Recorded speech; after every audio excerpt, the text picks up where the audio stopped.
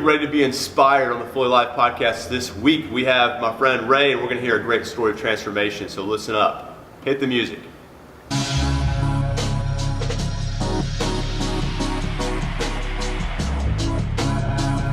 This is Justin Westmoreland, and you're listening to the Fully Alive podcast, where we integrate physical, emotional, mental, and spiritual and relational health so that we can become a fully alive community together.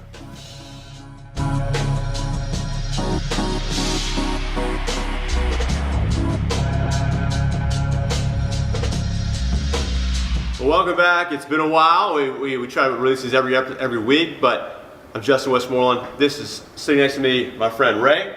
Welcome to the podcast. Welcome to Fully Alive. So we are seeking to build a community that is fully alive, relationally, health-wise, physically, mentally, and spiritually. We want to share God's love with you and help you to be transformed in all areas of your life and be an influence of change. So we want to get people working out. We want to get them eating better. We want to get people digging into who God is and knowing Him better, and generally just developing. Getting to be better human beings who love people better and love our community better. So we're right here in the middle of Norman, Oklahoma. It's been a crazy week. We've had tornadoes going on, a lot of bad weather happening, and so we're going to try to get this podcast in today before we get a tornado warning again. It's just been insane this week, right, Ray? Exactly. Unbelievable. Tons of rain. Yeah, so we're getting killed here. But nonetheless, so I want you to hear my friend Ray and his story. We've met, just recently, and I've enjoyed getting to know him, and I've been inspired by listening to him. Now, we've all got stories. I would actually encourage you to tell your story. Know your story. Don't waste the pain in your story, the events in your story that are hard, because somebody can identify with it. And somebody's been there, somebody's going to be there, and so that's why we want to talk about how we get from point A to point B. How do we start here, fall, and then rebound? I love stories of rebound. I love to help people who are in bad health get to good health. That's one of the things I love to do, and I love to see people who don't like the church, who've been burned by the church, to really give Jesus a second chance, and to see, hey, there's something more there. There's something to Christ that I've never considered before, and it will change your life. So here we go. So Ray, tell me where you're coming from. We're both in Norman. We both live in Norman, Oklahoma. Yes. Walk me through kind of your story from day one. Yeah, you don't have to go into all the details, but tell us kind of why you're on this podcast. Well, there was a big transformation. Gotcha. And just kind of some background about me. I'm 51 and raised Catholic. Just pretty much never really cared to do anything with the church. Never paid attention. It was always a hassle. It was always like the worst thing that I could ever possibly do would go to church. So your heart was not in it at all. Okay, but you had the family that was into it, kind of. Yes. Yeah. Okay. Yes, they were into it. Uh-huh. We used to have jokes about me saying that I couldn't sit there because it would burn. You couldn't what? I couldn't sit in church because it would burn. Oh, you were the guy who would just bring down fire from heaven. Okay, exactly. Yeah, you're the heathen. It was uncomfortable to sit in church. Yeah. And it made you uncomfortable, Yes. but this, just a quick lesson, parents, you can't make your kids, you can't change their hearts externally, right? I mean, you can't you got to deal with the heart, and so just putting them in a situation is not going to do it necessarily. You got to deal with it's got to deal with the heart, and so doing doesn't change us necessarily. But God changes us in our heart, and that's when we do because of who we are. We're born again. Yeah. A lot of it was just basically my parents saying, "You're going to go." Uh-huh. We went to church. We didn't talk about it afterwards. We didn't do anything else with it. That was it. Yeah. It was no reason why or anything like that. It was just, you're going to do this. That's it. So you kind of privatize religion. Okay. Yes. It's like you guys are going to handle this, and we're never going to actually discuss it at home. Right. Okay. That's another thing another lesson here. So if you're going to participate in a religious community, it has to be something you're participating in, not just the kids doing it on an hour a week, but the other 167 hours a week have to be impacted somewhat by that hour. So think it through that. Okay, go ahead. Sorry to interrupt you. That's okay. So it was so bad that during my first communion, passing all the confirmation stuff, I cried until I passed. Oh. Because the nuns I just didn't care for them either, but Yeah. anything religious, spiritual, anything, I shunned it. As far as I understand, the reality of the church in that situation was, once you get to First Communion, you're sort of a made man. I mean, you're in, and you have access to all the sacraments in the system there. Yes. That you would consider yourself saved. Yes. Right. Okay. But it's all about, hey, these people are judging you and approving you, right, for this. Okay. Right. Okay. So it was just basically that. I just did whatever I could to not go to church. I went late. I got everybody to go late because it was just less time to be there. It's painful. Yeah, I was bored. I was getting in trouble and everything else. Well, I did that through up to I turned 50, and just avoided it, and went to church with my wife for a short period of time, and it was the same way. It was just like, oh, come on, I have other things to do. No interest. So just kind of just not wanting to do it. So basically, it was just, life just came like that. It was like, it was my way. It was going to be, I was going to have control, and this is how it was going to be. I had an anger. I had the hopelessness and the being lost, no direction and everything else. So that was the basis of me. So the thing that happened in the transformation was that the incident was that is my wife lives in Charleston. We were moving down there. She moved 6 months before. Yeah. Because I needed to be vested here at OU. Yeah. And I had 6 months left, and it was like, well, why not? Yeah, just stay and get that done. Right. Yeah. So during that time, we would still talk and everything else, but prior to before she left, we were constantly arguing. Right. We didn't spend a lot of time with each other. When she moved up there, we started changing. Started talking a whole lot more, doing a whole lot more stuff on the phone, just kind of that. One day, she flew down from Charleston and just said, we met at the house and said she wanted a divorce, which I was just like, wow, what's this all about? Basically, she couldn't handle the way that we were. That she had enough of it, the arguing, the angriness, the anger for me. And it was just anger. It wasn't like kidding or anything, but it was just, you would say one thing I didn't like, boom, instant anger. Explode at her. Yeah.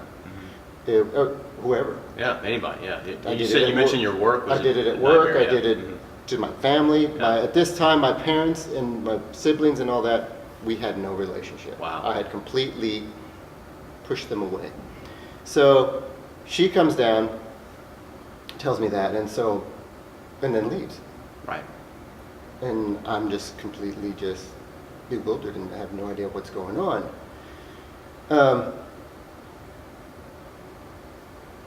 Let's go back prior to when she first left to move to Charleston, is that at that time, in hindsight now, I noticed that there was 3 people that were put into my life. Yeah. A really good friend named Jeff, that at the time we had nothing in common. Right. There was another guy named Steve that I met at the gym, and another guy named Mark, Right. who I met through another friend, and there's another guy named Kevin who I had known for over 15 years. Right. And those 4 have all played a really good role in this whole thing, in transforming to where I am. Well, let's go back to the divorce thing, where she comes down. I'm completely devastated. Yeah. I don't know what to Heavy. do. So I called Jeff. Yeah. Because at this time, we're really good friends. He asked me to come down and to hang out with him, and I said no. He said he was going to either come and get me or I needed to drive. Right. So he lives an hour. He lives in Marlow, Oklahoma, and that's an hour's drive. So I go down there, and on the way down, I realized that something hit me and said I need to go to church. So at that time, it had been way over 10 years. since the last time I stepped into a church. And that's just unbelievable because you hated church. Like, Yeah. I mean, it was just the worst experience ever. And that's exactly why you weren't there. I mean, like 10 years you hadn't been, you know. So, but then you Way got over this. 10 years. Okay, I gotta get to church now. So, Yeah. so you get this desire. So I hang out with Jeff the whole day, come home. The next morning, I get up early to go to the gym. Yeah. And on the way over there, I start crying. Mm-hmm. And Often I cry before leg day. Just kidding. Okay. Yeah. Sorry. This wasn't like Well, that. okay. It was Yeah, back different day. reason. It was I back understand. day. Understand. So I'm crying, and something tells me that I need to talk to Steve, who goes to the same gym as I do. Sure. Steve and I just were gym associates. Mm-hmm. It's like, hey, how you doing? All this other stuff. I just knew that he was a box salesman and he was Episcopal. That was Okay. Yeah, basically you got it. some basic info. That was it. Other than that, you know, Right. after the gym, he went his way, I went my way. Yeah. So I get to the gym and he's there. Uh huh. So we do our usual thing. Hey, how you doing? That's it. I go and do my thing, and then he does his thing, and then when I finish, he's gone. He's out of there, Yeah. selling boxes, being Episcopal, doing his thing. We're living life. Yeah, so didn't think much about it. Yeah.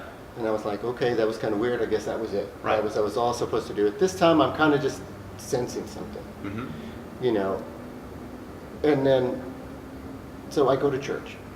And the weirdest thing is that, like I had mentioned earlier, I've always been the one that's been late. I Uh-huh. made everybody late. This time I go 15 minutes early. Yeah, awesome. I love the visitors always show up early. That's great. But you were there early, 15 minutes early, you said. Right. What happened?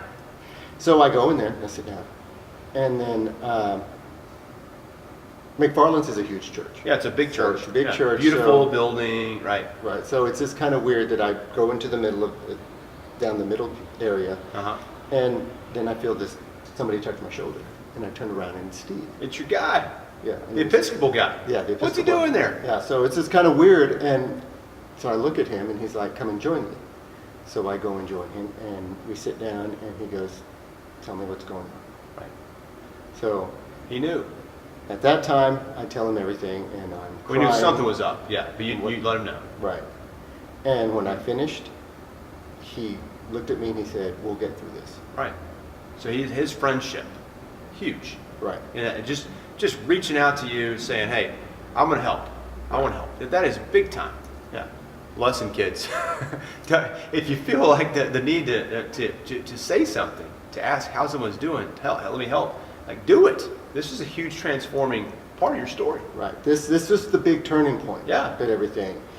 So I sit through the service and I listen to Pastor Linda. Uh-huh. And at that time, I get another thing that tells me that I need to talk to her. Uh-huh. So you talked to Linda. Right. I sent her an email the next day and said, I'm supposed to talk to you.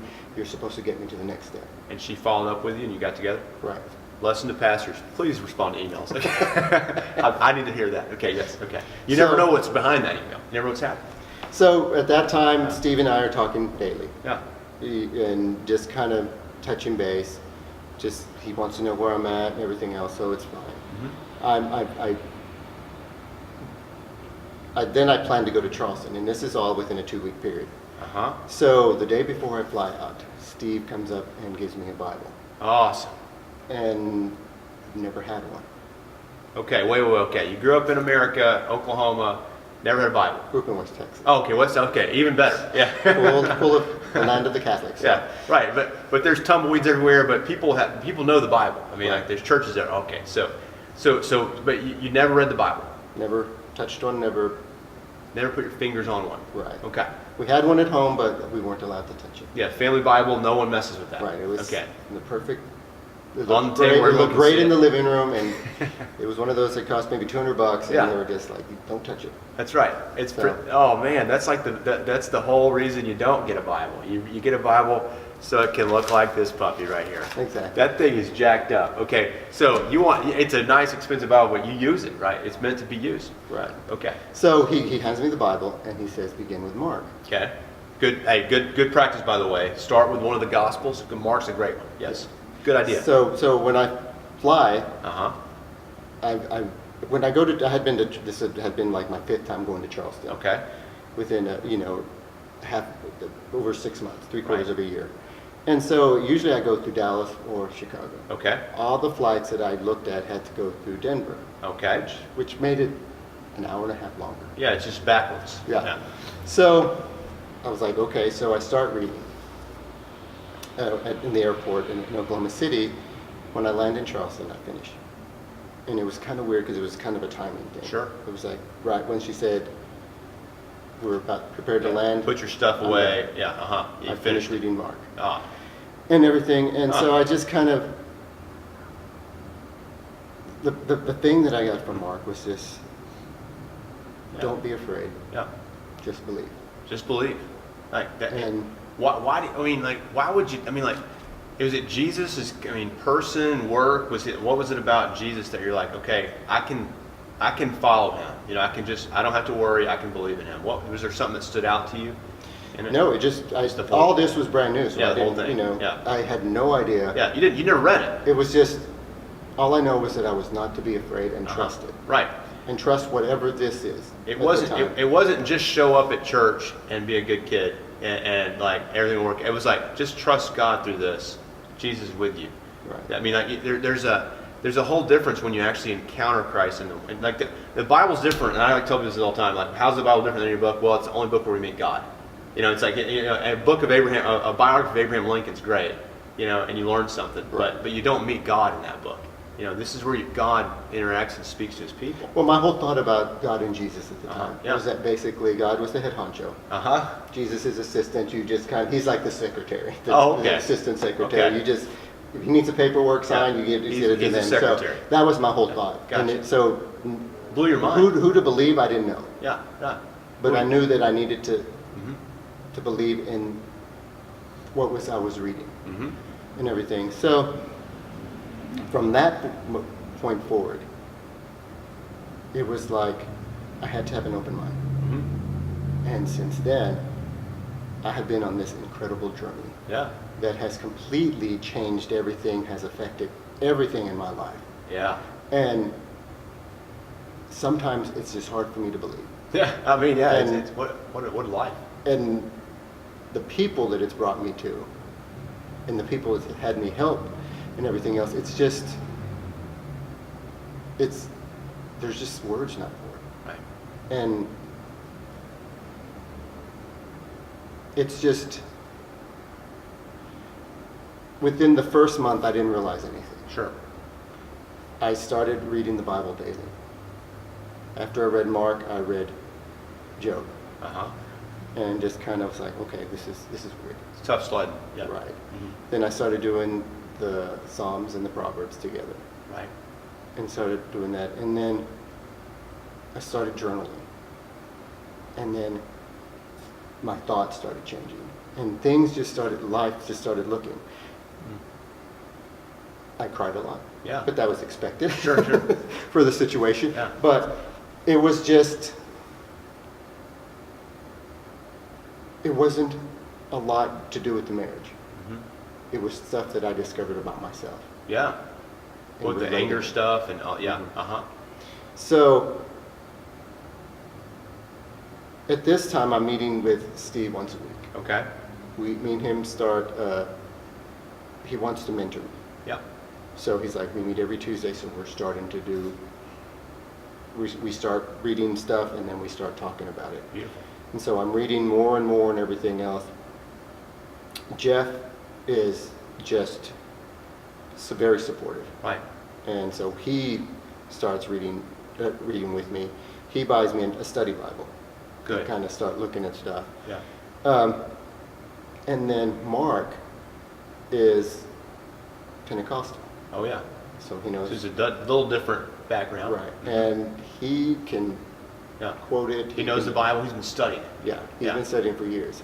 Okay. And it was just kind of interesting how these three were in Mhm. that thing. Mm-hmm. So I had all this support all of a sudden Yeah. with everything going on. And then Kevin Mm-hmm. came in and me and him had never talked about religion. And like I said, I've known him for over 15 years. Right. And he, out of all of those, knew more about the Bible than anybody else. Oh, wow. Yeah. Yeah. Secret Bible guy Yeah. here. Yeah. And so it was basically, he said, I never talked about it with you because I knew how you were. Uh-huh. I knew that you would shun me. It wasn't the and that- time. Yeah. The time was right. So, Huh. so these 4 people Okay.